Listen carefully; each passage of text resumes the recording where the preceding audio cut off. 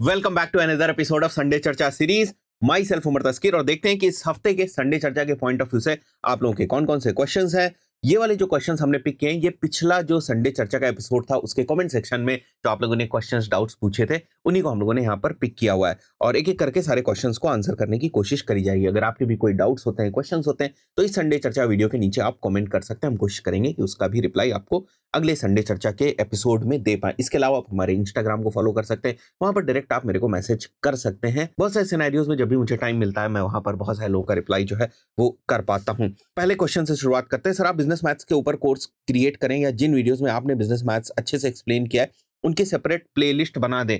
अगर business maths वगैरह जो है वो टाइटल अगर आप डालेंगे मेरा नाम डाल के यूट्यूब के ऊपर, तो आपको बहुत सारे वीडियोस मिल जाएंगे। यहाँ मैं कुछ वीडियोस आपको दिखा दूंगा, बट उसके अलावा जब भी आप हमारे कोर्सेज वाली वेबसाइट के ऊपर जाएंगे, यहाँ पर देखिए डिजिटल प्रोडक्ट्स वाला सेक्शन आपको दिख रहा है। इसमें अगर हम लोग देखें तो बिजनेस मैट्रिसेस, बिजनेस मैथ से रिलेटेड कुछ डॉक्यूमेंट्स आपको देखने को मिल जाएंगे। तो यहाँ से भी चीजें जो है वो आप सीख सकते हैं। उसके अलावा वीडियोस तो मैंने बनाई हैं, अलग से भी जो वीडियोस है वो बनाता रहूंगा। भाई चैनल को ना आप लोग फॉलो कर लीजिए, क्योंकि हम रोज एक वीडियो जो है वो लेकर आते हैं और डिफरेंट डिफरेंट टॉपिक्स के ऊपर होता है। यू नेवर नो किस दिन का टॉपिक आपके लिए बहुत ज्यादा इंपॉर्टेंट हो जाएगा। यहाँ पर सेकंड क्वेश्चन, सर मुझे ट्रेनिंग प्रोजेक्ट वो सब सीखना है जो कंपनीज में वर्क होता है। कंपनीज में जो वर्क होता है भाई साहब, वो कोर्सेज से आप नहीं सीख सकते। उसके लिए आपको कंपनीज में जॉब करनी पड़ेगी। तो जितनी जल्दी आप इंटर्नशिप या जॉब करेंगे उतनी ही जल्दी आप चीजों को सीखेंगे। नेक्स्ट यहाँ पर कार्तिक का question, hello sir, I am 30 years old and a BBA graduate. I spent last 7 years preparing for UPSC but did not succeed. Now I feel very unsettled and heartbroken because people are making fun of me. I want to stabilize my life, get a job as soon as possible and get married within next 2 years. I have started your digital marketing recorded bundle, but I am very confused. Should I learn SEO or BBC first?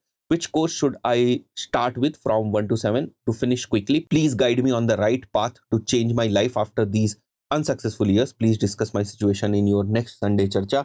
मुझे come back करना है, बिल्कुल possible है, परेशान ना हो। मैं आपको बता देता हूं आपको क्या करना है। जो 7 कोर्सेज इन 1 वाला बंडल है हमारा, इसमें जो डिफरेंट डिफरेंट कोर्सेज है, पहले मैं वो आपको बताता हूं। देखो, एक डिजिटल मार्केटिंग बूट कैंप है, कोहर्ट 7 है। AI powered Shopify development course है। Live digital marketing course specially for beginners की रिकॉर्डेड वर्जन है। एडवांस ट्रैकिंग कोर्स है और data analytics for digital marketers है। गूगल एड्स कोर्स है और डिजिटल मार्केटिंग बूट कैंप है। अगर आप बिगिनर है तो सबसे पहले मैं आपको रिकमेंड करूंगा digital marketing course specially for beginners की रिकॉर्डिंग देख डालिए, और इसको आपको 15 से 20 दिन के अंदर खत्म करना है, प्रॉपरली लर्न करते हुए।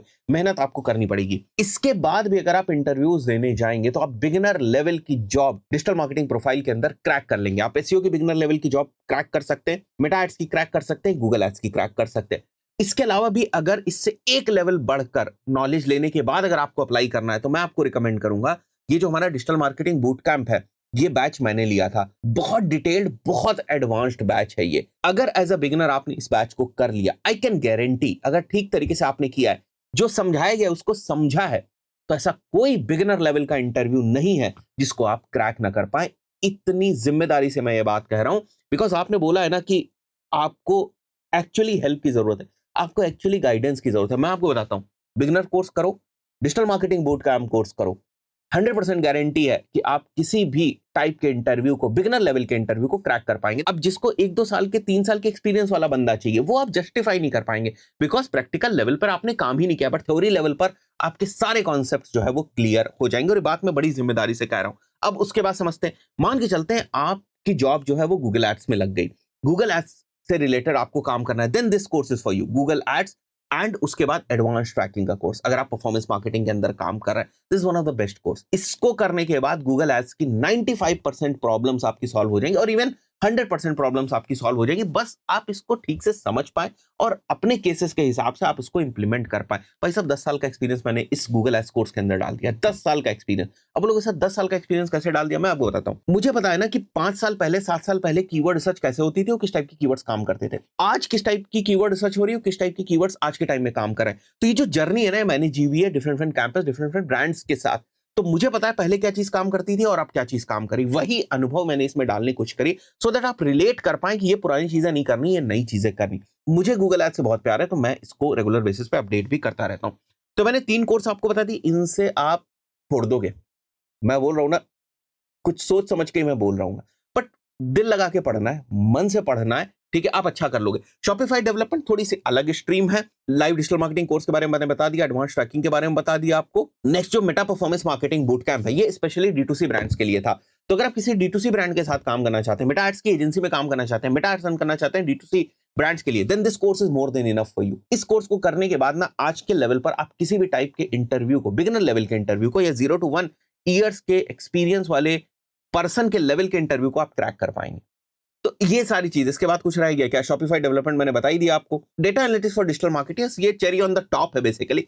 जब आप डिजिटल मार्केटिंग में काम करने लगते हैं तब ये सारी चीजें आपके लिए और ज्यादा यूजफुल जो है वो हो जाएंगी। तो परेशान मत हो भाई, लग जाओ, थोड़ा 1-2 महीने मेहनत करने की जरूरत है और आपको डेफिनेटली जो इंटर्नशिप है या जो जॉब है वो मिल जाएगी। नेक्स्ट यहाँ पर एक और question sir, I have completed your digital marketing course from the 10 November batch, I am currently practicing and improving my skills, now I want to move into an internship और job, could you please guide me on the exact steps I should take to get started. सबसे पहले जाओ LinkedIn के ऊपर, आपके शहर के अंदर जो डिफरेंट बिजनेसेस डिजिटल मार्केटिंग की रिक्वायरमेंट पोस्ट कर रहे हैं, जॉब्स ओपनिंग्स पोस्ट कर रहे हैं, सबसे पहले वहां पर अप्लाई करना शुरू करो। थोड़ा आपको आउटबाउंड अप्रोच जो है वो फॉलो करनी पड़ेगी, आपको थोड़े रिजेक्शंस झेलने पड़ेंगे। 10 इंटरव्यू दोगे 2 से ऑफर लेटर आ जाएगा 100%। बहुत अच्छे होगे 10 इंटरव्यू दोगे 5 से ऑफर लेटर आ जाएगा, और अच्छे होगे 10 इंटरव्यू दोगे 8 से ऑफर लेटर जो है वो आ जाएगा। और ऐसा नहीं हो सकता कि आप 10 इंटरव्यू दे रहे हो और कहीं पर भी आपका सिलेक्शन नहीं हो रहा है। करना शुरू करिए। गूगल माई बिजनेस के ऊपर जाइए, आपके शहर के अंदर जो एजेंसीज हैं उनकी वेबसाइट के ऊपर जाइए, थोड़ी सी वेबसाइट को समझिए, क्या बिजनेस वो करते हैं, किस टाइप की ब्रांड्स के साथ वो काम करते हैं, थोड़ा ओवरव्यू उनका ले लीजिए। और उसके बाद वहां पर भी जो है जॉब ओपनिंग्स वगैरह का अगर लिंक आपको दिख रहा है तो वहां से अप्लाई कर दीजिए, वरना ईमेल ले लीजिए, वहां पर सीवी डाल दीजिए, वहां से नंबर ले लीजिए, 4 से बात कर लीजिए। हर किसी को रिक्वायरमेंट रहती है, हर किसी को अच्छे टैलेंट की रिक्वायरमेंट रहती है। एक बार आउटरीच करके देखो तो 100% आपकी जॉब लग जाएगी। जिन्होंने ये मेहनत करी है उनकी जॉब 100% लग गई। आगे बढ़ते हैं हम लोग। मयंक का क्वेश्चन, हेलो मसर, with Meta and Google Ads both launching official MCP servers this week, AI can now create campaigns, make reports, and optimize ads directly from Claude and ChatGPT. As someone just starting in performance marketing, I genuinely want to know, is the job still worth building a career in, or are we learning skills that will be automated in 2 or 3 years? बहुत सारा जो task आप कर रहे हैं ये definitely आने वाले टाइम में थोड़ा बहुत जो है वो ऑटोमेट हो जाएगा, बट इन ऑटोमेशंस के ऊपर भी परफॉर्मेंस मार्केटिंग की स्किल की हमेशा डिमांड रहेगी। प्रोडक्ट को समझना, किस टाइप की साइकोलॉजी के एड्स बनाने, उनको लाइव करने, वो सारी चीज समझना। तो एआई आपके काम को बहुत ज्यादा आसान कर देगा। और आज के टाइम में जो आप चीजें सीखते जा रहे हैं, ऑन टॉप ऑफ दैट थोड़ा सा एआई का तड़का जो है वो लगाते रहे। जैसे अभी हमारी ये वेबसाइट ओपन है, अगर यहाँ पर देखोगे आप तो ये वाला जो बैनर आपको दिख रहा है ना, ये प्योरली चैट जीपीटी से जो है बनाया गया है। बट ये ऑफर तो मैंने डिसाइड किया ना कि एग्जैक्टली ऑफर क्या होना चाहिए, बैच कब लॉन्च होगा, ये सारी चीजें। एड्स अगर चलने हैं तो मैं डिसाइड करूंगा ना कब एड्स चलने, कितने बजट के एड्स चलने, बेस स्ट्रैटेजी क्या होगी। ऑन टॉप ऑफ दैट जो एआई है वो कुछ हमें सजेशंस जो है वो प्रोवाइड करेगा। कोवर्क जैसे क्लाउड कोवर्क जैसे टूल आ गए तो उसमें भी अभी थोड़ा बहुत सिक्योरिटी का जो इशू है वो है, बट आने वाले टाइम में चीजें और ज्यादा इंप्रूव होंगे। चैट जीपीटी से बना हुआ है, बट 1 साल पहले चैट जीपीटी इस टाइप के क्रिएटिव्स नहीं बना पाता था, बट आज इस टाइप की क्रिएटिव्स बना पा रहा है। अगर आप देखोगे तो ये मेरी इमेज भी चैट जीपीटी से जो है वो बनी हुई। तो हम खुद बहुत ज्यादा एआई को यूज करें, बट इसका मतलब ये नहीं है कि हमारे एम्प्लॉयज जो है वो काम नहीं कर रहे हैं या हम लोगों ने बहुत सारे लोगों को एआई की वजह से जो है वो फायर कर दिया, ऐसा बिल्कुल नहीं है।